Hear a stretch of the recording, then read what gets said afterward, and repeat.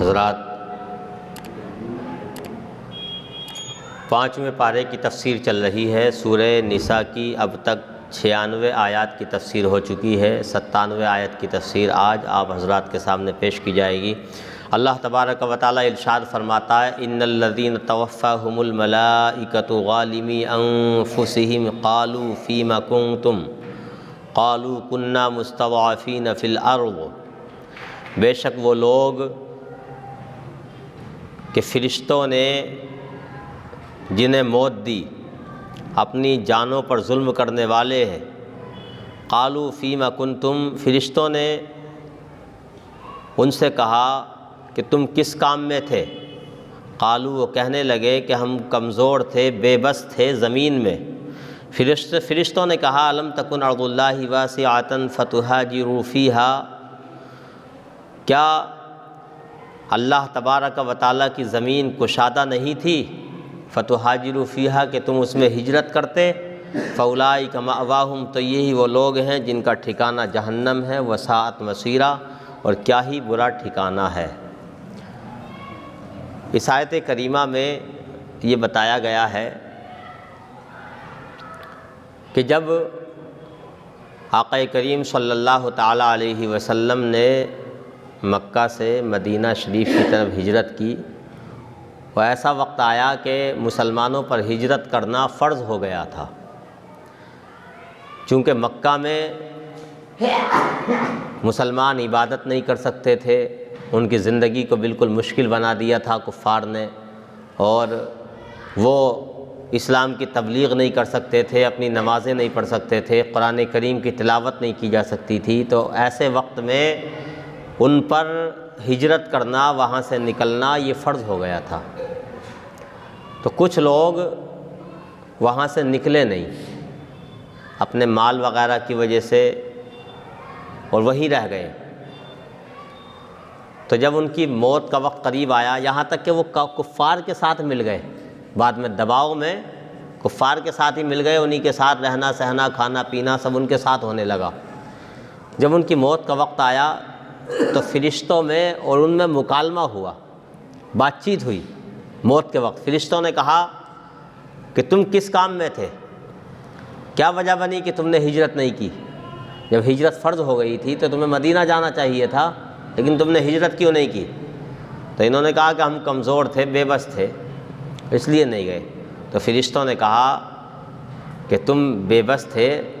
اللہ تبارک و تعالیٰ کی زمین تو بہت کشادہ ہے، کسی بھی ملک کی طرف تمہیں ہجرت کر جانا چاہیے تھا، تم نے ہجرت کیوں نہیں کی؟ انہوں نے ہجرت نہیں کی۔ تو انہی کے متعلق جو ہے اس آیت کریمہ میں بیان کیا گیا، جو فرشتوں کے ان کے متعلق جو گفتگو ہوئی تھی وہ بیان کی گئی، اور بتایا گیا کہ ان کا ٹھکانہ جہنم ہے۔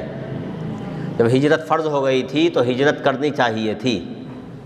ان کا ٹھکانہ جہنم ہے۔ اور ان میں سے بہت سے لوگ جو ہے بتایا جاتا ہے کہ وہ کفار کے ساتھ مل کر جنگ بدر میں مسلمانوں کے خلاف گئے، لہذا وہ مسلمان ہی نہ رہے، تو پھر ان کے لیے بتایا گیا کہ ان کا ٹھکانہ جہنم ہے۔ اس آیت کریمہ سے اس بات کا پتہ چلتا ہے، یہ تو ایک خاص موقع کے لیے آیت کریمہ نازل ہوئی، لیکن اس کا حکم جو ہے وہ عام ہے قیامت تک کے لوگوں کے لیے، کہ اگر مسلمان کسی ایسی جگہ میں رہ رہے ہوں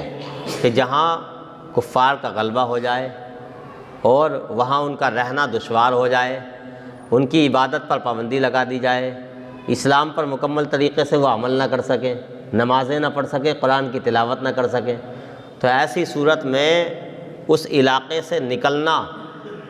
یہ فرض ہو جاتا ہے، واجب ہو جاتا ہے۔ یعنی وہاں رہنا پھر مسلمان کے لیے جائز نہیں ہوتا، تاکہ اپنی عبادت کو بچا سکے، اس لیے اسے وہاں سے ہجرت کر کے دوسری جگہ جانا یہ لازم ہوتا ہے۔ اور پھر اس ہجرت کا ثواب بھی بہت زیادہ ہوتا ہے۔ حدیث پاک میں اس ہجرت کے ثواب کے بارے میں بھی جو ہے حدیث پاک میں آیا کہ بندہ اپنی مفہوم یہ ہے حدیث کا کہ بندہ اپنی عبادت کو بچانے کے لیے، اپنے اسلام کو بچانے کے لیے، اپنے دین کو بچانے کے لیے اگر ہجرت کرتا ہے، چاہے وہ حدیث میں آیا ایک بالشت ہی ہو، مطلب یہ ہے کہ چاہے بہت کم جگہ کی ہجرت ہو کہ ایک محلے سے دوسرے محلے میں ہجرت کر لی، لیکن مقصد کیا ہے اس کا؟ اپنے دین کو بچانا، اپنی عبادت کو بچانا، اپنے قرآن کو بچانا، یہ مقصد ہے ہجرت کرنے کا۔ تو اللہ تبارک و تعالی اسے جنت عطا فرمائے گا، اور حدیث پاک میں کہ اسے حضرت ابراہیم علیہ الصلاۃ والسلام اور آقا کریم صلی اللہ تعالیٰ علیہ وسلم کا ساتھ اور رفاقت نصیب ہوگی جنت میں۔ جیسے آج بھی بہت سی جگہ ایسا ہوتا ہے کہ ایک آدھ مسلمان کا گھر ایسی جگہ آ گیا جہاں کفار ہی کفار ہیں، اور وہاں اسے عبادت بھی نہیں کرنے دیتے۔ وہ بہت سے گاؤں بھی ایسے ہیں کہ وہاں مسجدیں نہیں ہیں، چند مسلمان ہیں، چند گھر ہیں مسلمانوں کے، نہ نماز ہوتی ہے ان کی، نہ قرآن وہ پڑھتے ہیں، مطلب ہی نہ ہوتا اسلام سے پھر وہاں، یا یہ خوف ہوتا ہے کہ اگر وہاں نماز پڑھیں گے تو یہاں کفار پڑھنے نہیں دیں گے۔ تو ایسی جگہوں کو چھوڑنا ضروری ہوتا ہے، ان جگہوں کو چھوڑ کر کے مسلمان ایسی جگہوں میں جا کے رہیں جہاں وہ کھل کر کے اپنی عبادت کر سکیں، اپنے دین کو بچا سکیں۔ اور آج کے حالات میں تو بہت ضروری ہو گیا، اکا دکا مسلمانوں کو کہیں ایسی جگہ پہ نہیں رہنا چاہیے جہاں دوسرے لوگ ہیں، کفار ہیں، اس لیے کہ حالات اتنے برے ہیں، ذرا سی کوئی بات ہوگی تو ان کا دین تو جائے گا ہی، جان بھی جائے گی، اور ایسے واقعات جو ہے وہ آئے دن ہو رہے ہیں۔ تو قرآن کریم نے یہ 1400 سال پہلے یہ قیامت تک آنے والے مسلمانوں کو یہ تعلیم دی ہے۔ قرآن کا حکم جو ہے وہ ہمیشہ کے لیے ہوتا ہے، کسی ایک زمانے کے لیے نہیں ہوتا۔ تو ہمیشہ کے لیے قرآن نے یہ تعلیم دے دی کہ کہیں بھی اگر ایسا ہو تو مسلمان اس آیت کریمہ پر عمل کریں اور وہ اس جگہ کو چھوڑ کر کے ہجرت کر جائیں، خواہ ایک شہر سے دوسرے شہر کی طرف ہجرت ہو، یا ایک ملک سے دوسرے ملک کی طرف ہجرت کرنا پڑے، یا ایک بستی سے دوسری بستی کی طرف ہجرت کرنا پڑے۔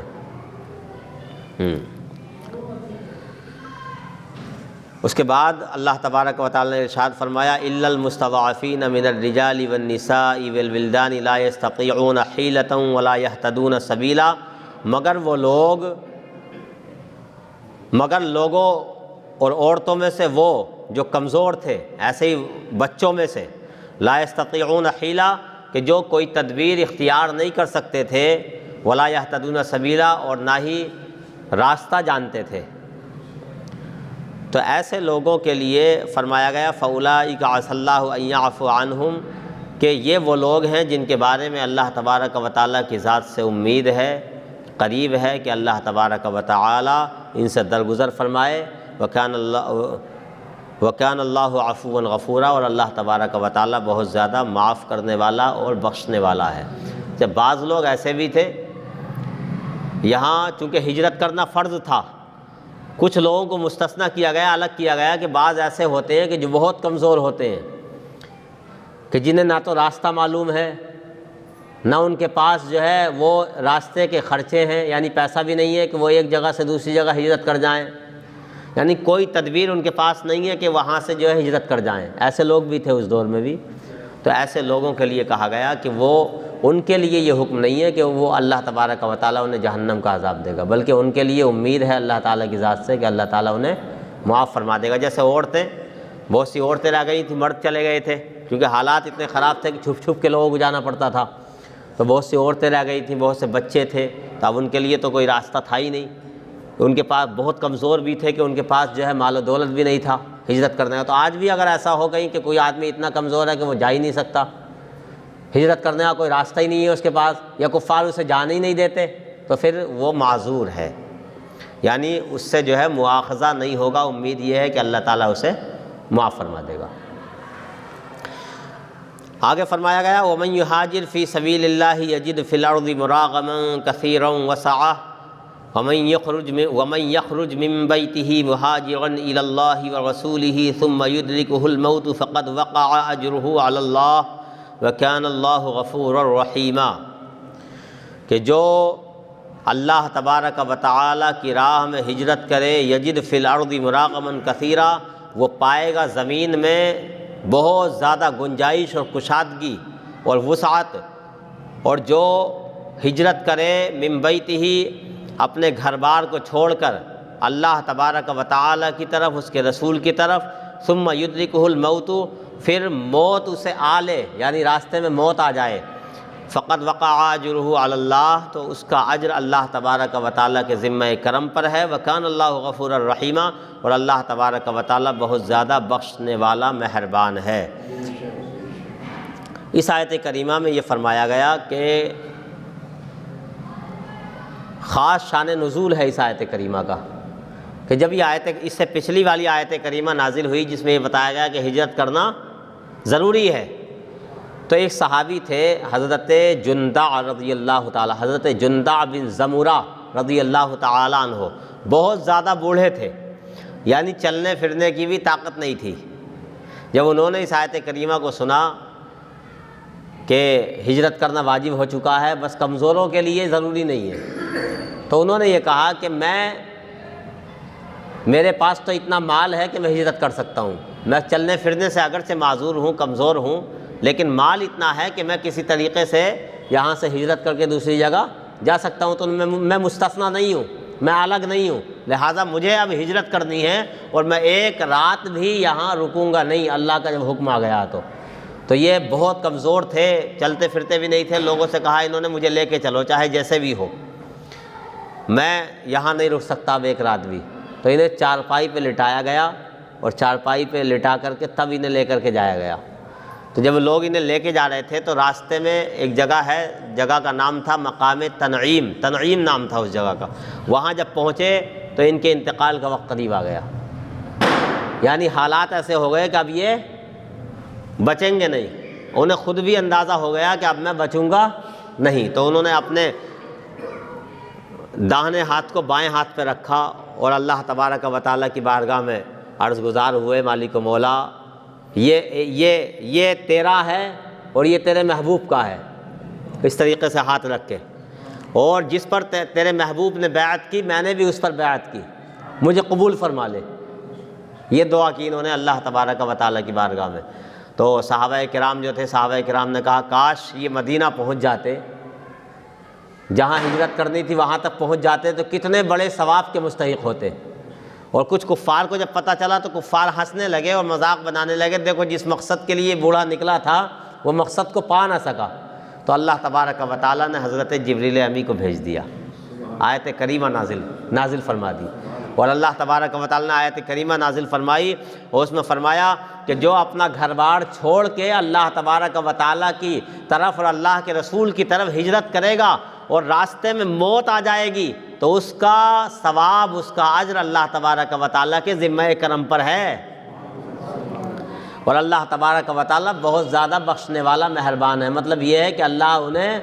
ثواب عطا فرمائے گا کیونکہ انہوں نے نیت کر لی تھی۔ اس سے یہ پتہ چلتا ہے کہ آدمی اگر اچھے کام کی نیت کر لے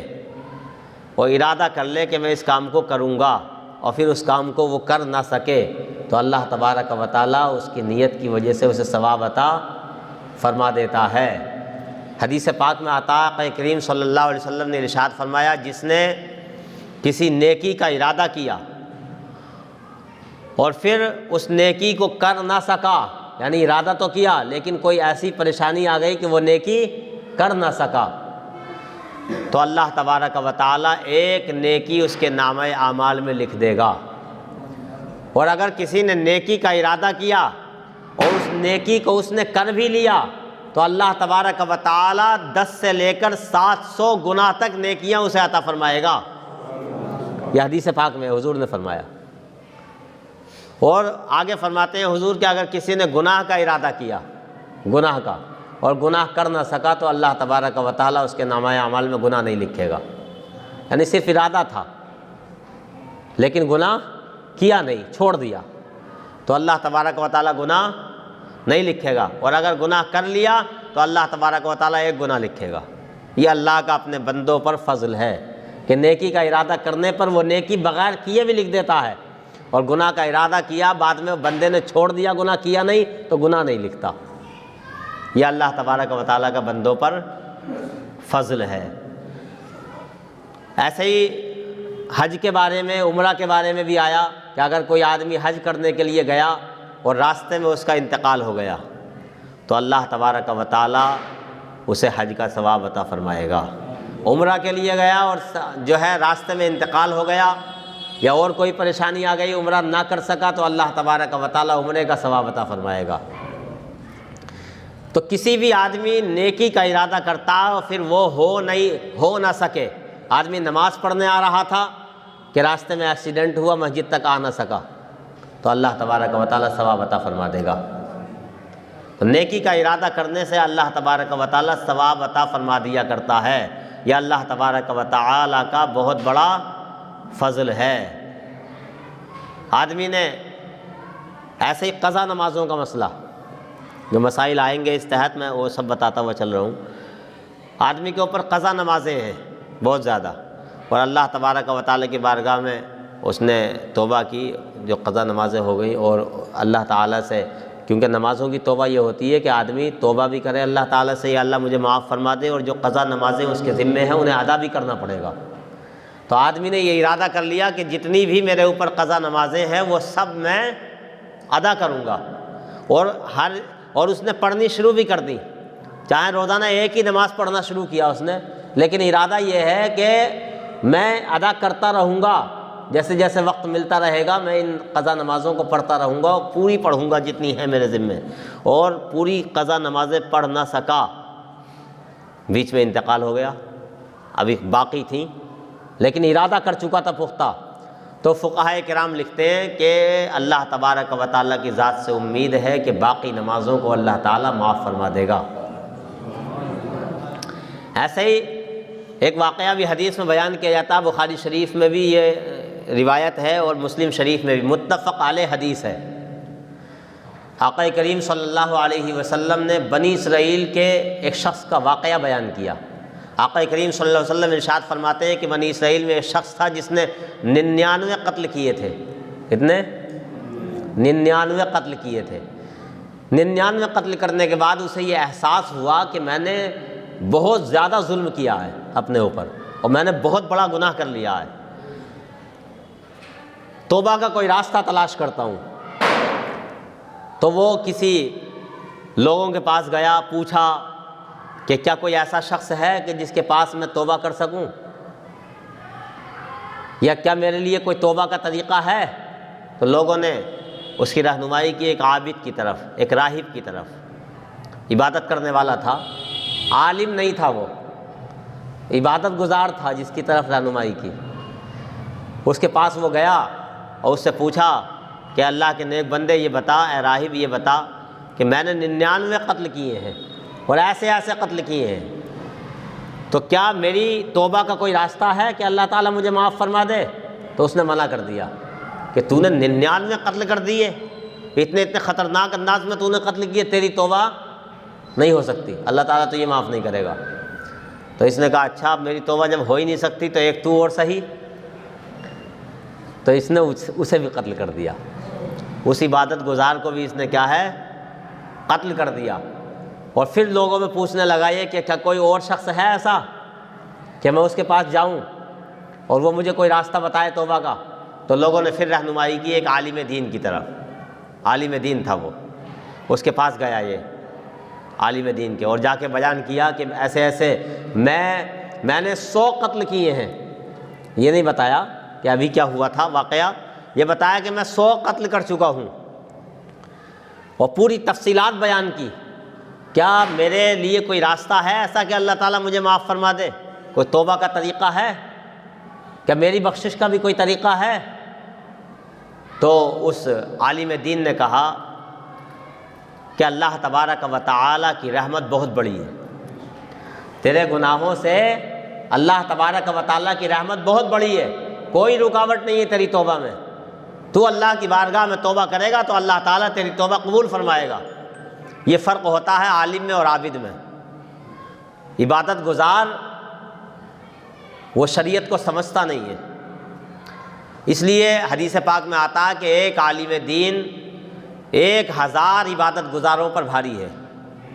حدیث میں آیا کہ 1000 ایسے لوگ ہیں کہ جو رات و دن اللہ کی عبادت کرتے ہیں، رات بھر نفل پڑھتے ہیں اور دن میں جہاد کرتے ہیں، اور ایک عالم دین ہے۔ تو یہ ایک عالم دین شیطان پر 1000 عابدوں سے بھاری ہے، چونکہ اسے شریعت کا علم ہوتا ہے، شیطان اسے جلدی سے نہیں بہکا سکتا، عابد کو شیطان جلدی بہکا سکتا ہے، اس لیے علم بھی بندے کے پاس کسی نہ کسی حد تک ہونا چاہیے۔ عابد تھا، اس نے قیاس کیا فقط، یا اتنا بڑا گناہ گار ہے تو کیسے معاف ہو جائے گا؟ اگر علم ہوتا تو یہ قیاس نہیں کرتا وہ، بلکہ اپنے علم کی بنیاد پر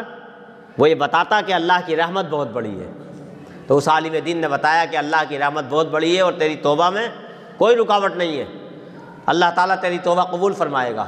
وہ کہا میں کہاں جاؤں؟ تو کہا تو توبہ کر، اور فلاں بستی میں جو ہے کچھ اللہ کے نیک بندے رہتے ہیں، اللہ والے رہتے ہیں، یعنی اولیاء کرام رہتے ہیں، تو وہاں چلا جا اور ان کے ساتھ جو ہے ان کی عبادت میں شریک ہو جا، ان کی عبادت میں شریک ہو جا، اللہ تعالیٰ تجھے معاف فرما دے گا۔ تو یہ 100 لوگوں کا قاتل یہ چل پڑا اس بستی کی طرف۔ ابھی راستے ہی میں تھا کہ ملک الموت آ گئے اور اس کی روح قبض کر لی۔ آقا کریم صلی اللہ تعالیٰ علیہ وسلم ارشاد فرماتے ہیں بخاری و مسلم کی حدیث میں کہ اللہ تبارک و تعالیٰ کے عذاب کے فرشتے بھی آ گئے اور رحمت کے فرشتے بھی آ گئے، جہنم میں لے جانے والے فرشتے بھی آ گئے اور جنت میں لے جانے والے فرشتے بھی آ گئے۔ رحمت کے فرشتے یہ کہتے تھے کہ اسے ہم لے کے جائیں گے، اس لیے کہ یہ بندہ توبہ کا ارادہ کر چکا تھا پختہ، اور یہ بندہ اللہ والوں کی بستی کی طرف جا رہا تھا اللہ تبارک و تعالیٰ کا نیک بندہ بننے کے لیے، اللہ کی رحمت کو طلب کرنے کے لیے، اس لیے ہم اسے لے کے جائیں گے۔ اور عذاب کے فرشتے کہتے تھے نہیں، یہ ابھی ان کے پاس پہنچا نہیں تھا، اس نے 100 قتل کیے ہیں، یہ 100 لوگوں کا قاتل ہے، اس لیے ہم اسے جہنم میں لے کے جائیں گے۔ دونوں فرشتوں میں جو ہے وہ آپس میں یہ تنازع ہوا، تب جو ہے اللہ تبارک و تعالیٰ کی طرف سے انسانی شکل میں ایک فرشتہ اور آیا اور اس نے کہا کہ میں تمہارا فیصلہ کر دیتا ہوں۔ تو ان دونوں طرح کے فرشتوں نے اسے حکم بنا لیا، فیصل بنا لیا، جج بنا لیا۔ تو اس نے فیصلہ کیا ایسا کرو کہ زمین ناپو، زمین کی پیمائش کرو، اگر زمین نیکوں کی طرف کی جو مسافت ہے وہ کم ہے اور جدھر سے یہ آ رہا ہے ادھر کی زیادہ ہے، تب تو یہ نیکوں میں مانا جائے گا، اور اگر نیکوں کی طرف مسافت زیادہ ہے اور جدھر سے آ رہا ہے ادھر کی کم ہے تو یہ گناہگاروں میں مانا جائے گا، تب اسے آپ لے جانا۔ مطلب یہ فیصلہ کیا، تب زمین ناپی گئی، اور جب زمین کی پیمائش کی گئی تو ایک بالشت، کتنی؟ یہ ایک بالشت وہ اس زمین کی طرف قریب ہوا جو زمین اللہ والوں کی طرف تھی، اور اللہ تعالیٰ نے اسے بخش دیا۔ اور یہ بھی ہوا کیا، حضور فرماتے ہیں دوسری روایت میں ہے کہ اللہ تبارک و تعالیٰ نے زمین کو سمٹنے کا حکم دے دیا، تو ایک بالشت جو ہے ادھر کی زمین جو اللہ والوں کی طرف تھی وہ سمٹ گئی اور یہ اللہ والوں کے قریب ہو گیا، اور اللہ تبارک و تعالیٰ نے اسے نیکوں میں شامل فرما دیا۔ تو یہی آیت کریمہ میں بتایا گیا ہے کہ جو بندہ اللہ تبارک و تعالیٰ کی جانب ہجرت کرے، اللہ اس کے رسول کی جانب ہجرت کرنے میں ساری چیزیں آ گئی کہ نیکی کا ارادہ کرے، نیکی کی جانب جائے، نیکی کے راستے کو اپنائے، توبہ کرنے کے لیے اللہ والوں کی طرف جائے، اور بیچ میں موت آ جائے تو پھر اللہ تبارک و تعالیٰ کی ذات سے امید ہے کہ اللہ تعالیٰ معاف فرما دے گا۔ تو ہمیں توبہ میں وقت نہیں لگانا چاہیے، توبہ میں بالکل ٹائم نہیں لگانا چاہیے، بلکہ اللہ تعالیٰ کی بارگاہ میں توبہ جلد سے جلد کر لینی چاہیے، اس لیے کہ موت کا کوئی پتہ کوئی ہے، موت تو کسی ٹائم بھی آ ہی سکتی ہے۔ ابھی یہاں بیٹھے ہیں، ایک آدمی بھی یہ گارنٹی سے نہیں کہہ سکتا کہ ہم یہاں سے اٹھ کر کے چلے جائیں گے، ہے کسی کو نہیں پتہ ہے، ایک لمحے کا بھی نہیں پتہ ہے۔ تو جس زندگی کی کوئی گارنٹی نہیں ہے اس پہ ہم نے سب سے زیادہ بھروسہ کر رکھا ہے، جس زندگی کی 1 منٹ کی گارنٹی نہیں ہے اس پر ہم نے سب سے زیادہ بھروسہ کر لیا ہے، اور جس زندگی کی اللہ کے رسول نے گارنٹی دی ہے کہ وہ ہمیشہ رہے گی، آخرت کی زندگی، اس کے لیے ہم کچھ نہیں کرتے۔ یہ افسوس کی بات ہے۔ تو ہمیں جو ہے جو زندگی ہمیشہ رہنے والی ہے اس کے لیے کوشش کرنی چاہیے اور توبہ کر لینی چاہیے وقت سے پہلے۔ یہ بالکل نہیں سوچنا چاہیے کہ یار ابھی تو ہم جوان ہیں یا یہ ہیں وہ ہیں، کچھ نہیں سوچنا چاہیے۔ آدمی جب توبہ کر لیتا ہے، اللہ کا نیک بندہ ہو جاتا ہے، تو پھر اسے نیکیوں میں مزہ آنے لگتا ہے، اور نیکیوں میں اسے اتنا مزہ آتا ہے۔ صحیح بات یہ ہے کہ یہ جو جتنے ڈپریشن چل رہے ہیں، جتنی ٹینشنیں چل رہی ہیں دنیا میں، یہ جب آدمی اللہ کا بندہ سچا بندہ ہو جائے نا اور توبہ کر لے تو اسے یہ ڈپریشن کا شکار وہ کبھی نہیں ہو سکتا، ٹینشن کا شکار کبھی نہیں ہو سکتا۔ وہ اللہ تبارک و تعالیٰ اسے سکون عطا فرما دیتا ہے، سکون، جو سکون آدمی کو دنیا کی زندگی میں نہیں مل سکتا، یعنی پیسے سے وہ سکون حاصل نہیں ہو سکتا۔ اور یہ جو ہے تجربہ بھی ہے کہ بڑے بڑے مالداروں کو آپ نے دیکھا ہوگا، بڑے بڑے عیش و آرام والوں کو ذہنی سکون انہیں نہیں ملتا۔ لیکن یہ تو روایتوں میں آیا، حدیثوں میں آیا اور قرآن کریم میں بھی آیا کہ اگر بندہ اللہ تبارک و تعالیٰ کا بن جائے، نیک بن جائے، توبہ کر لے تو اسے ذہنی ٹینشن نہیں ہو سکتی، ذہنی اعتبار سے وہ سکون میں رہے گا چاہے غریب ہی ہو۔ تو اس لیے ہمیں اپنے گناہوں سے توبہ کر لینی چاہیے۔ نمازوں میں اتنا مزہ آتا ہے جو آدمی توبہ کر لیتا ہے گناہوں سے، بہت زیادہ اس کا دل کرتا ہے کہ نماز ہی پڑھتا رہوں۔ اللہ تعالی ہم سب کو توبہ کی توفیق عطا فرمائے اور اپنے نیک بندوں میں شامل فرمائے۔ وما علینا الا البلاغ المبین۔